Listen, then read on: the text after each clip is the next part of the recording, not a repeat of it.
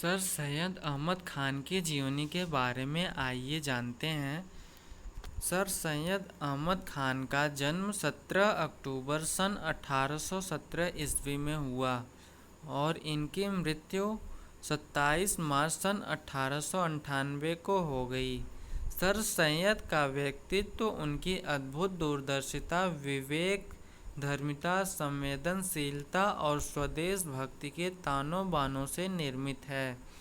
इस व्यक्तित्व के मूल में तत्कालीन मुस्लिम समाज की आर्थिक विपन्नता, शैक्षणिक पिछड़ेपन और विवेक शून्य भावुकता के प्रति जहाँ पीड़ा है, वहीं बहुधर्मी, बहुजातीय एवं बहुराष्ट्रीय स्वदेश को एक राष्ट्रीय चेतना से जोड़ने और नैराश्य से जूझने के बावजूद निरंतर जोड़ते रहने की भरपूर ललक है। 22 वर्ष की अवस्था में पिता के मरणोपरांत सर सैयद अहमद खान ने 1839 ईस्वी में कंपनी सरकार की नायब मुंशी की नौकरी अवश्य कर ली, किंतु हाथ पर हाथ धरकर उसी से गुजारा करने के लिए बाध्य नहीं हुए, अपितु मुंसफी से संबंधित दीवानी के कानूनों का पुस्तक के रूप में खुलासा प्रस्तुत करने के अपने विलक्षण प्रतिभा की पहचान बताते हुए उन्होंने अपनी इसी प्रतिभा के आधार पर मुंसफी की प्रतियोगिता परीक्षा में उल्लेखनीय सफलता प्राप्त की और 1841 ईस्वी में मैनपुरी में मुंसिफ नियुक्त किए गए। दिल्ली के निवास काल में असारुस्सनादीद शीर्षक पुस्तक लिखकर सर सैयद ने दिल्ली को 232 इमारतों का शोधपरक ऐतिहासिक परिचय प्रस्तुत किया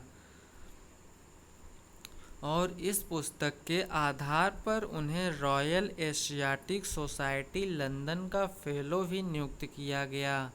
1857 की महान क्रांति और उसकी असफलता के दुष्परिणाम उन्होंने अपनी आंखों से देखे थे। धैर्य और सहनशीलता की मूर्ति सर सैयद अहमद खान ने अपनी गंभीर सूझबूझ के आधार पर ब्रिटिश सरकार की प्रतिक्रिया की चिंता किए बिना जन क्रांति के कारणों पर 1859 ईस्वी में असबाबे बगावते हिंद शीर्षक से एक महत्वपूर्ण पुस्तिका लिखी और उसका हिंदी अनुवाद कराया। ब्रिटिश पार्लियामेंट में हिंदी अनुवाद को भेज दिया गया। क्रांति के जोखिम भरे विषय पर कुछ लिखने वाले सैयद प्रथम भारतीय रहे।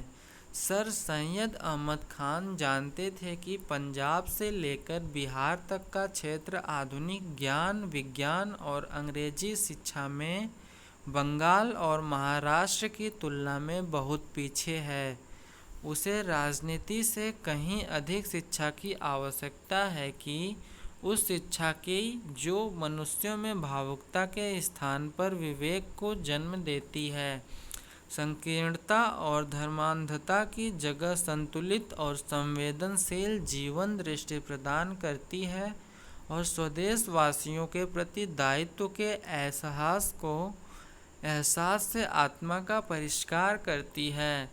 उन्होंने 1864 में इसी उद्देश्य से साइंटिफिक सोसाइटी की स्थापना की और आधुनिक ज्ञान विज्ञान के प्रकाश को आम पढ़े लिखे शहरी तक पहुंचाने का प्रयास किया। मई 1875 ईस्वी में अलीगढ़ में मदरसतुल उलूम की स्थापना की, जो 2 वर्षों के बाद 1877 में MAO कॉलेज के नाम से जाना गया। 1920 में जिसे विश्वविद्यालय के रूप में प्रतिष्ठित किया गया। सर सैयद के MAO कॉलेज के द्वारा सभी धर्मावलंबियों के लिए खुले हुए थे। पहले दिन से ही अरबी, फारसी भाषाओं के साथ साथ संस्कृत भाषा की शिक्षा की भी व्यवस्था की गई। स्कूल के स्तर तक हिंदी के अध्ययन अध्यापन को भी अपेक्षित समझा गया और इसके लिए पंडित केदारनाथ अध्यापक नियुक्त हुए। स्कूल और कॉलेज दोनों ही स्तरों पर हिंदू अध्यापकों की नियुक्ति में कोई संकोच नहीं किया गया।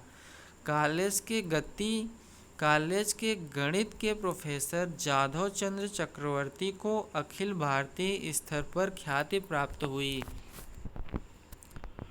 19वीं शताब्दी में सर सैयद अहमद खान इस दृष्टि से अद्वितीय हैं कि उन्होंने कभी अकेले मुसलमानों को संबोधित नहीं किया। उनके भाषणों में हिंदू और मुसलमान बराबर से शरीक होते थे। उन्होंने मुसलमानों की दशा सुधारने के लिए यदि कुछ किया या करना चाहा तो अपने हिंदू मित्रों के सुझाव और सहयोग नज़रअंदाज नहीं किया। उन्होंने हिंदुओं के मन में मुसलमानों के पिछड़ेपन के प्रति गहरी सहानुभूति जगाई। परिणाम यह हुआ कि जहां एक और कॉलेज के लिए मुसलमानों ने चंदा दिया, वहीं हिंदुओं का सहयोग भी कम नहीं मिला। इस्लाम की विवेक सम्मत व्याख्या करने की प्रतिक्रिया यह हुई कि संकीर्ण मुसलमानों ने उन्हें काफिर घोषित कर दिया और मक्के तथा मदीने से उनके विरुद्ध कत्ल किए जाने के लिए फतवे मंगा लिए। सर सैयद ने कांग्रेस का नेशनल होना स्वीकार नहीं किया। ह्यूम की सह पाकर बंगाली ब्राह्मणों ने उन्हें ब्रिटिश भक्त और कट्टरपंथी तक कह दिया। ऐसा उस समय किया गया जब सर सैयद ने तिलक की भांति गणेशोत्सव और शिवाजी उत्सव के ढर्रे पर मुसलमानों को किसी मुस्लिम समर्थक उत्सव के लिए प्रोत्साहित नहीं किए। चापेकर बंधुओं की तरह कोई व्यायाम मंडल नहीं बनाया जिसमें स्वजातीय सदस्यों को फौजी ड्रिल, लाठी तलवार चलाना और घुड़सवारी चलाना सिखाई जाती। सर सैयद अहमद खान मुसलमानों और हिंदुओं के विरोधात्मक स्वर को चुपचाप सहन करते रहे। इसी सहनशीलता का परिणाम है कि आज सर सैयद अहमद खान को एक युग पुरुष के रूप में याद किया जाता है और हिंदू तथा मुसलमान दोनों ही उनका आदर करते हैं। 17 अक्टूबर सन 1817 में दिल्ली में जन्मे इस बहुआयामी व्यक्तित्व की जीवन लीला 27 मार्च 1898 को समाप्त हुई, किंतु उसका प्रकाश आज भी करोड़ों भारतवासियों को रोशनी प्रदान करता है। ये था आज की वीडियो में सर सैयद अहमद खान की जीवनी के बारे में। धन्यवाद।